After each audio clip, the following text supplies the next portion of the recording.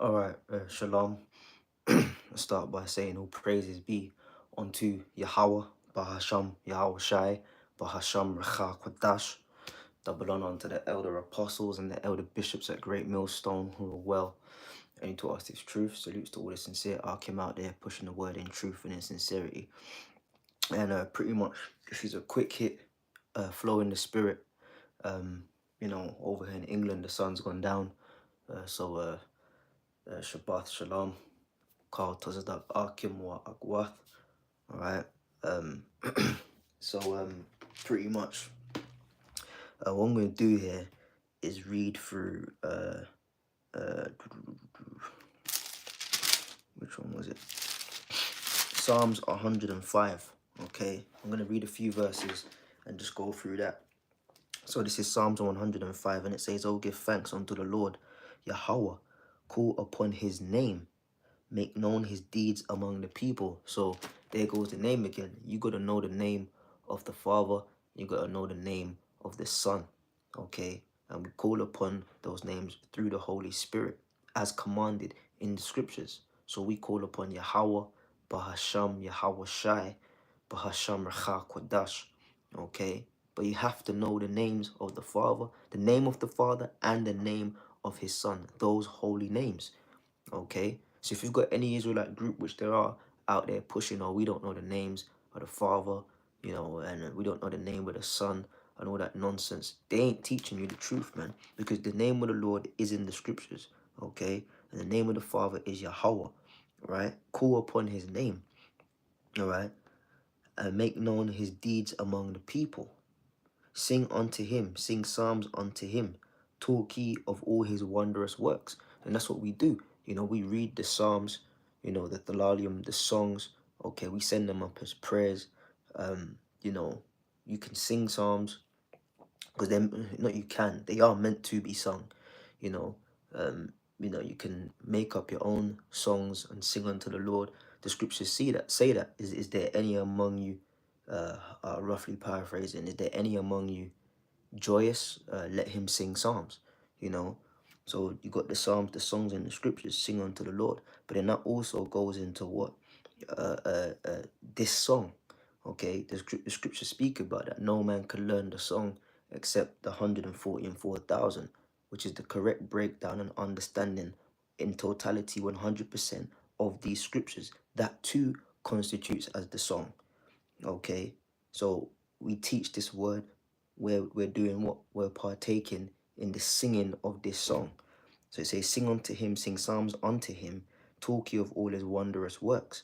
And we do, from creation, all throughout Earth's history, unto end time prophecy where we are, and even the kingdom to come. Those are the marvelous works of Yahweh Ba'ashem Yahushua, and we speak of these things. Glory ye in his name. So we glory in the holy name. It says it, glory ye in his holy name. The holy name of the Most High, Yahweh, and his son, Yahweh Shai. Okay, the scriptures say that in the book of Matthew, when Yahweh Shai taught us the Lord's Prayer. All right, it says, "Hallowed be thy name." Holy and praised is the name of the Father. All right, and we keep his name holy. Okay, it's also in the law to not take the name of the Lord our power in vain. Okay, so we preserve and keep the name of our God, our power, our Father. All right, Abba. All right, because the scriptures speak about that Abba, Father. The word Abba means father, origin. Yeah, our heavenly Father, Yahweh, and his son Yahweh Shai. Okay, it says, "Let the heart of them rejoice that seek the Lord." Okay, and it says, "Seek the Lord and his strength, seek his face forevermore." And when you go into the Hebrew word for face, is panya. Not only does it mean one's literal face, but it can mean aura or presence. So when it says seek his face evermore, it's to seek the presence of Yahweh Ba'ashem Yahushai. And how do we seek and how do we abide in the presence? Is to abide in the word. Okay, King David said, "A day in thy courts is better than 1,000." So the courts of the Lord now are these scriptures, the understanding of this holy Bible. This is the courts. This is the presence of Yahweh Ba'ashem Yahushai. So it says in verse 4, seek the Lord Yahweh and his strength, seek his face evermore. Okay, so that we seek the presence of the Lord by abiding in this truth. Okay, you know, it says, remember his marvelous works that he hath done, his wonders and the judgments of his mouth. Okay, and it's actually a weekly memorial on creation. Okay, what day is that? That's the Sabbath. Okay, because that's the original blueprint that the Al Chaim followed. 6 days, you know, 6,000 year periods, yeah. The universe was made, but on the seventh day it says Yahweh hallowed it and sanctified it because the powers had rested from their work. It's that same blueprint. We're meant to work 6 days and on the seventh rest and remember Yahweh, worship Yahweh wa Yahweh Shai. Okay, you know, because remember, after every single day of work, the Alahayim stepped back and said, it was good, and it was good, and it was good. So when it was all completed, they saw it come together. So the Sabbath is really a grounding day where like you remember how you're here, why you're here, okay? And focus upon the meditation and worship of Yahweh Ba'ashem Yahweh Shai, okay? You know, it says, O ye seed of Abraham, his servants, ye children of Jacob, his chosen. Okay, so it shows you that Jacob is the chosen. And it says, he is the Lord Yahweh, our power. His judgments are in all the earth. He hath remembered his covenant forever, the word which he commanded to 1,000 generations, which covenant he made with Abraham, and his oath unto Isaac. Okay, you know, the covenant and oath wasn't made with Ishmael. Okay, it was made with Isaac. Okay, right? And then from there, it was confirmed. Oh, that's beautiful. It actually says it in the next verse. And confirmed the same unto Jacob for a law. So it wasn't Abraham, Isaac, Esau. All right. You know, it was Abraham, Isaac, Jacob. All right. For a law unto Israel, Yasharallah, for an everlasting covenant, saying, unto thee will I give the land of Canaan and the lot of your inheritance. When there were but a few men in number, yea, very few, and strangers in it, when they went from one nation to another, from one kingdom to another people, he suffered no man to do them wrong. Yea, he reproved kings for their sake, saying, touch not mine anointed, and do my prophets no harm. Okay? Because the Lord has got his chosen nation, and he's got his, amongst the chosen nation, there's even an elect, a special group amongst the chosen nation, which is the elect. Okay? And it says, moreover, he called for a famine upon the land. He brake the whole staff of bread. He sent a man before them, even Joseph, who was sold for a servant, talking of our forefather Yahweh, whose feet they hurt with fetters. He was laid in iron until the time that his word came. The word of the Lord tried him. The king sent and loosed him. This is like David retelling what happened to our forefather Yahweh, even the ruler of the people, and let him go free, and made him lord of his house and ruler of his substance, which is correct. Joseph became the prime minister in Egypt. He was second to the king. The king even said it. He'd given him everything but his position and his wife. Okay, so Joseph pretty much became the top man in Egypt. Okay, it was because of him. It was built up. You know, remember, that's why I read a couple of verses. When we were small in number, we entered into Egypt numbered 70. Okay, you know, and by the time we grew, you know, the Egyptians were intimidated by us, you know, and put us in slavery. And then we grew further and left in the thousands, man. Okay, hundreds of thousands, really. Okay, And it says to bind his, verse 21, he made him lord of his house and ruler of all his substance, to bind his princes at his pleasure and to teach his senators wisdom. Israel also came into Egypt, Martezayim, and Jacob sojourned in the land of Ham. And he increased his people greatly and made them stronger than their enemies. He turned their heart to hate his people, to deal subtly with the servants. He sent Moses his servant and Aaron whom he had chosen. They shewed his signs among them. Okay, among who? Among Pharaoh and the workers of witchcraft. Janus and Jambres, who were also able to throw down staves and make serpents. But then Moses did it, and his serpent ate up the two staffs which became serpents of the warlocks, Janus and Jambres. That's in the scriptures, okay? And it says, they shewed his signs among them, the rivers being turned to blood, the firstborn dying, okay, frogs, locusts,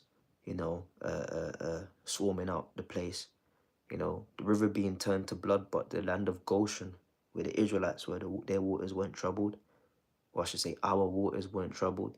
These were the 10 plagues which came upon Martezayim. He sent darkness and made it dark, and they rebelled not against his word. The scriptures speak about it, thick darkness, man. He turned their waters into blood and slew their fish.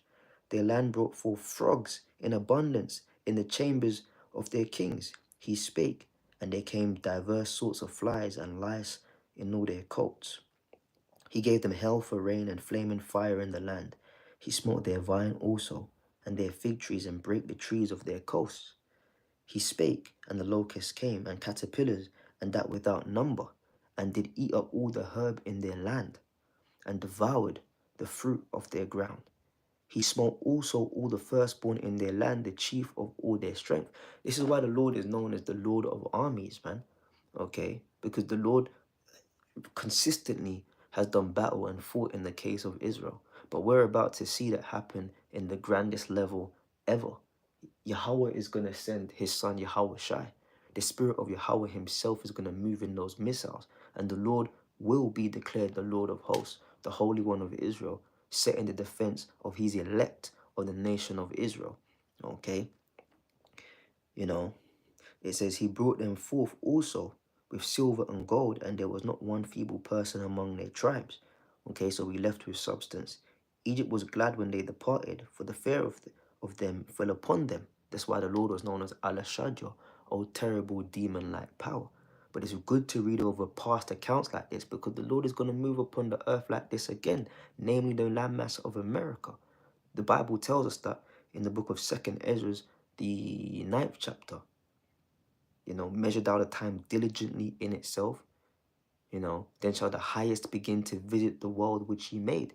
Just as there was a visitation of Martezayim, ancient Egypt, Yahweh is visiting the place spiritually, Egypt and Sodom. Bozrah, Idumea, which is the landmass of America. Okay?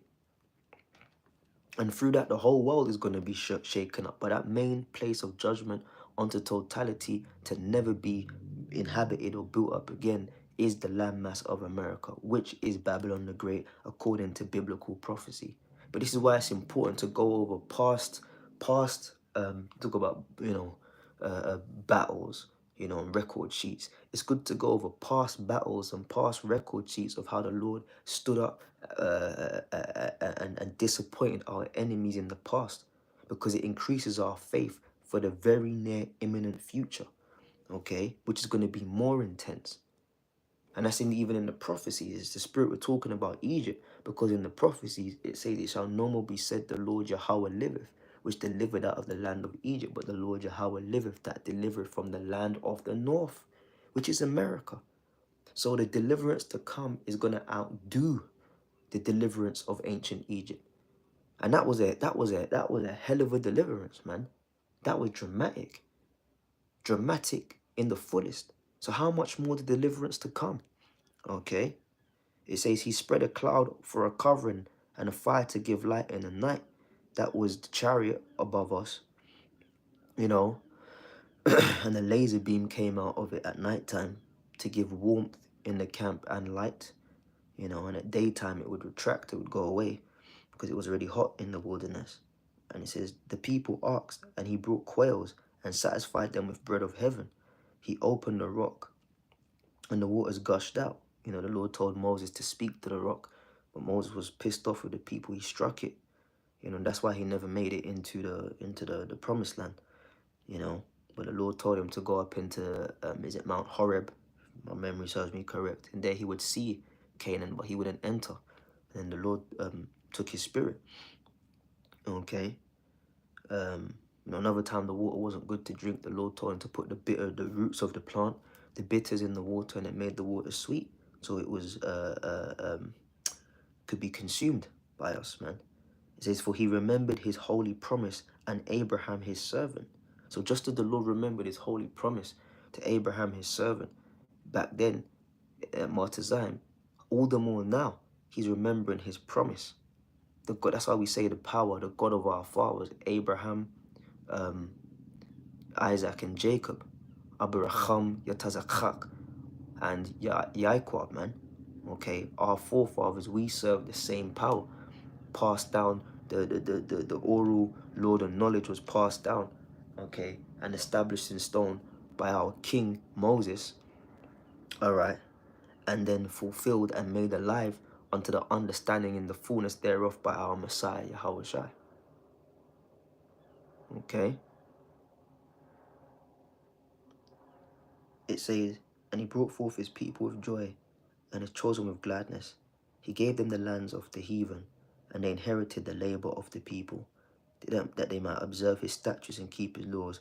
Praise ye the Lord. Okay.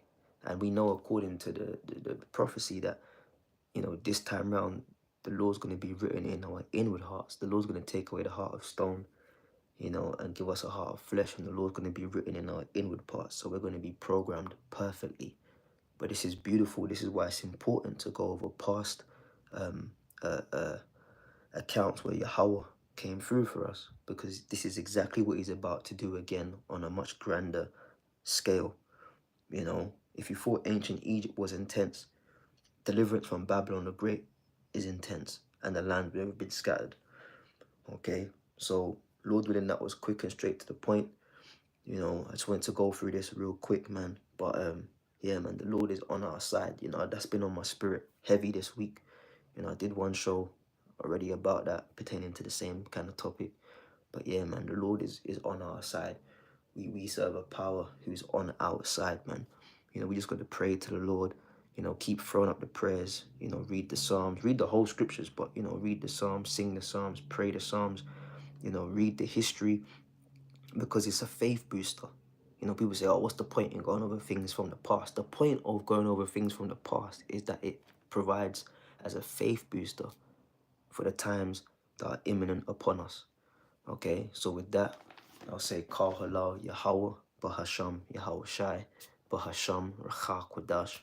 Double on to the elder apostles, the elder bishops at Great Millstone, who rule well to us. Is true salutes to all you Arkin men, and I'll catch you in the next show.